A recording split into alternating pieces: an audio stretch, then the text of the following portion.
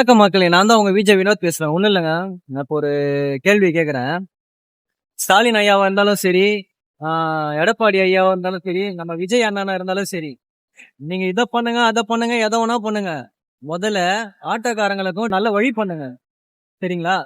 கடந்த 20-25 வருஷமா கொடுக்குற காசை வச்சுதான் நாங்க ஓட்டிக்கிட்டு இருக்கோம்.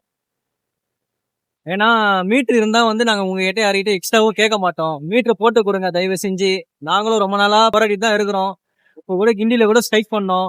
அது எதுவும் நீங்க ரெஸ்பான்ஸ் பண்ற மாதிரி இல்ல. தயவு செஞ்சு ஆட்டோக்காரங்களை மீட்டர் போட்டு கொடுங்க. அப்போ நாங்க யார்கிட்டயும் எக்ஸ்ட்ரா கேட்க மாட்டோம்.